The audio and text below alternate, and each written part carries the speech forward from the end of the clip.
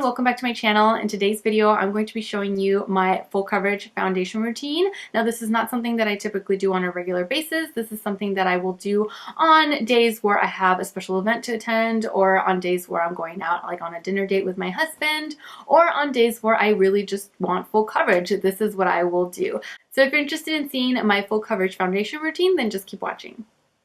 Okay, so before I get started, I always make sure that I have a nice moisturized face because I just feel like my makeup application is a lot better when I do have moisture on my face as opposed to when it's a little bit more on the dry side. So after moisturizing my face, the next thing that I always do is I make sure that I wear a primer underneath my makeup. So on days where it's going to be a really long day and I'm going to be wearing heavy foundation or, full coverage type of foundation, I want to get the most out of that foundation. And in order to do so, I feel like a primer is key. I personally use one of two different primers just depending on how I want my foundation or my skin to look that day. When I want a more luminizing glow, I usually wear my Smashbox Photofinish Illuminizing Primer underneath my makeup.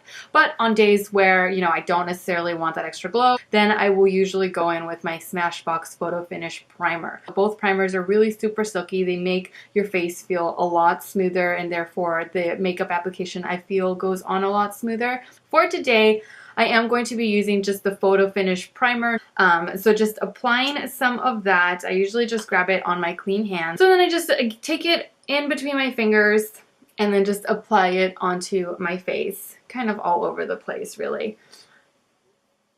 So now after getting my whole face base nice and ready, I actually start applying actual makeup. Now this next step you can absolutely skip. Obviously not everybody needs color correcting, but as you can see, I definitely do. My dark circles are pretty obvious.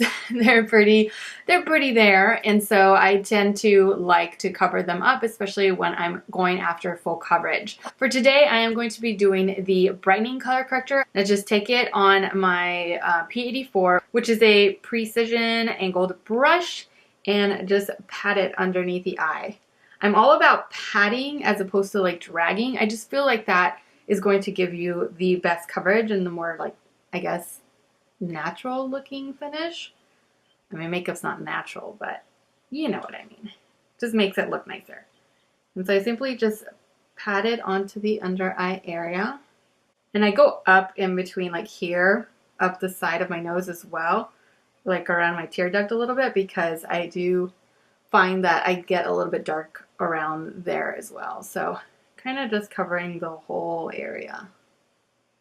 For full coverage foundation, I really love to use the Estee Lauder Double Wear foundation just because, one, I feel like I get the most coverage with the least amount of product, and two, I just really like the longevity of the foundation. I usually put it on the back of my hand, and the way that I work it into my skin is I work it in sections just so that I know that I'm getting full coverage, because I used to just kind of like just dab foundation all over my face and then just go in with the beauty blender all over my face, but I don't like doing that so much anymore because I was feeling like I was leaving like patches, and obviously like you don't want patches all around your face, and it wasn't really noticeable until I would get out and about. So what I do now is I just work in sections. So I start off with my cheeks, since they're obviously the biggest sections of my face, and just dab some all around. And then just go in with the beauty blender and just pat it in. And just working it into the skin, making sure that I get like toward my ear so that you don't see a line from here, the foundation going here, and then nothing going on this side. So making sure that I work it back and down your neck. And then I go in and I go on the other cheek and then work it in.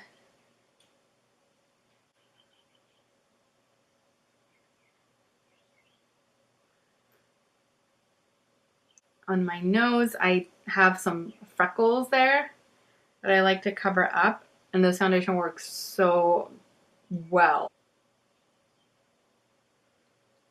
I make sure to avoid the under eye area because since I don't like to add product on top of product on top of product, that is why I leave it. And instead of adding foundation and then adding concealer, I just go in with a really heavy concealer, and that'll take care of that without adding too many layers. Then I go back on top of my nose because you can definitely layer this foundation and make it work for you very, very well. To get rid of the freckles there. And then I don't know if you guys can see it, but, or you probably saw it before I started with the foundation, but I do have like a sunspot here. It's either a sunspot or an age spot. I can't figure it out, but I like to cover that up. And then I just go back one more time, make sure that I've worked the foundation into the skin. For concealer today, I'm going to be using the best concealer, most long-wearing concealer that I've ever personally have used. I've yet to run into something that's as intense in coverage and as long-wearing as the MAC Pro Longwear concealer. This is in the shade NC35. Oh yeah, and my foundation was in the shade Wheat, in case you were wondering. I will put everything down in the description bar like I tend to do for most of my videos. I do forget sometimes, but anyway. So just taking one simple pump of that, taking my ring finger, running it through the concealer, and then with whatever I pick up on my ring finger, that's what I will work with underneath my eye. And then just patting it onto the entire under eye area.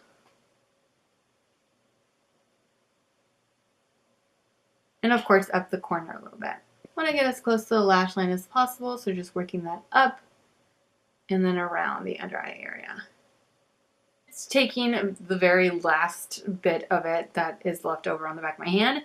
I've placed it around the outer portion of my nose, since I do tend to get pretty red there throughout the day. I think we all do.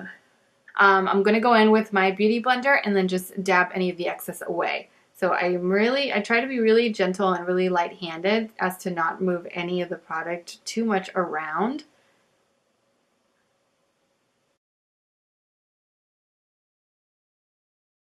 And then of course, in order to avoid any creasing, I will go in with a setting powder. At the moment, I am using one of two.